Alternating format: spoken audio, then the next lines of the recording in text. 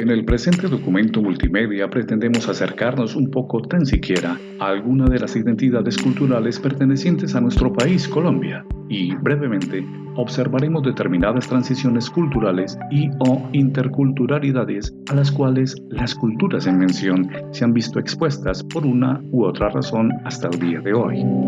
Hablaremos, por ejemplo, de algunos de los muchos pueblos indígenas del país y su transición a aspectos comerciales en las grandes ciudades como Cali y lo que ello conlleva. Miraremos además algunos aspectos sobre las negritudes en el territorio del Pacífico Nacional, pasando también de manera corta por los migrantes árabes que llegaron a la costa norte colombiana, procedentes del hemisferio oriental. Por último, pero no por ello menos importante, tocaremos brevemente la cultura digital de los jóvenes de hoy, los llamados millennials.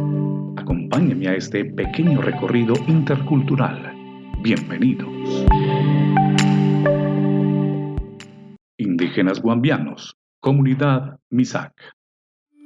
Está ampliamente documentado por mis compañeros de curso los aspectos básicos respecto a este pueblo, como sus orígenes, territorios, costumbres y demás. Me gustaría anotar en cambio que, por ejemplo, Misak en el idioma Nantrik significa gente, pero este concepto se acerca más a la persona que es ejemplo para sus congéneres y por el cual se ha respetado ampliamente en la comunidad. Algunos Misak llegan desde sus territorios a las ciudades, plazas de mercado por lo general, para vender sus productos. Oyucos, cubios, maíz, las coles y las habas, la oca y las arracachas, entre otros, los mismos que son cultivados en su yaturi, cultivos cerca de casa, lo que para nosotros sería la huerta. Ahora los Misak llegan hasta los conjuntos residenciales de las ciudades para ofrecer sus productos a mayor cantidad de personas, intercambiando de paso parte de sus saberes culinarios y otros dentro de la misma dinámica comercial. El desafío más grande que hoy enfrentan los Misak es el convivir con los desarrollos tecnológicos, los mismos que han generado nuevas formas de comunicación al interior de sus propias familias, sus territorios y de su cultura. Negritudes del Pacífico colombiano. Luego de la emancipación de 1815, la zona pacífica colombiana se convierte en una zona de refugio para los que, hasta hace poco, fueran esclavos en las zonas del Chocó y del interior del país. La mano de obra procedente de la minería, al quedar cesante por el movimiento emancipador de la época y en las regiones aledañas, migra hacia el sur, llegando en su mayoría a la ciudad de Tumaco, convirtiéndose esta en el polo urbano de gran tamaño para las negritudes en el Pacífico colombiano. De otra parte, y hablando de la expansión demográfica de las negritudes en Colombia, hablamos de Buenaventura, en el departamento del Valle del Cauca. Esta ciudad cobra especial relevancia como puerto marítimo de estima comercial para el desarrollo. Los trayectos se acortan ostensiblemente desde este puerto hacia el interior del país, a diferencia de los largos trayectos desde la costa norte colombiana. Los inmensos asentamientos de las poblaciones del Pacífico, sobre todo y por mucho, tienen a las negritudes como protagonistas. Las consiguientes desigualdades sociales, falta de oportunidades, sobrepoblación sin control, entre otros, hace de esta población un caldo de cultivo para cualquier tipo de modalidad de delincuencia que encuentra asidero en Buenaventura. El resto de la historia, tristemente, ya la conocemos. Las transiciones culturales a las que se han visto obligadas las negritudes en esta zona del Pacífico colombiano, por los motivos que fueran, han permitido el paso forzado a una pérdida de identidad que, si bien no ha sido totalitaria, cada vez se torna más difusa en el tiempo actual. Árabes en Colombia. Nuestro país es el territorio de habla hispana con mayor descendencia árabe, calculando su número en más de 3 millones.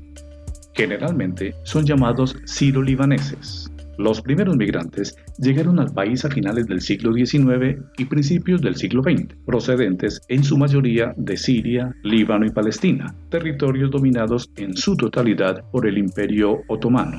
Al salir estos de allí, los siro-libaneses, por razones político-económicas, como se supondrá, portan documentos de esos lugares, los que le conlleva a ser llamados equivocadamente como turcos. En su mayoría, profesan la fe cristiana u ortodoxa, lo que, con su desplazamiento de residencia permanente hacia Colombia, traerán consigo un intercambio religioso y cultural de proporciones muy importantes. Reconocidos en el mundo como ávidos comerciantes, introducen en el país, además de nuevas religiones y costumbres, un desarrollo arquitectónico, gastronómico e intelectual, entre otros, que a la postre derivaría en una mezcla cultural de grandes proporciones para la zona norte del país inicialmente, lo que luego se desplazaría por las diferentes regiones del territorio nacional, enriqueciendo de paso las culturas y formas autóctonas de las que hasta ahora se tenían presencia. Los millennials.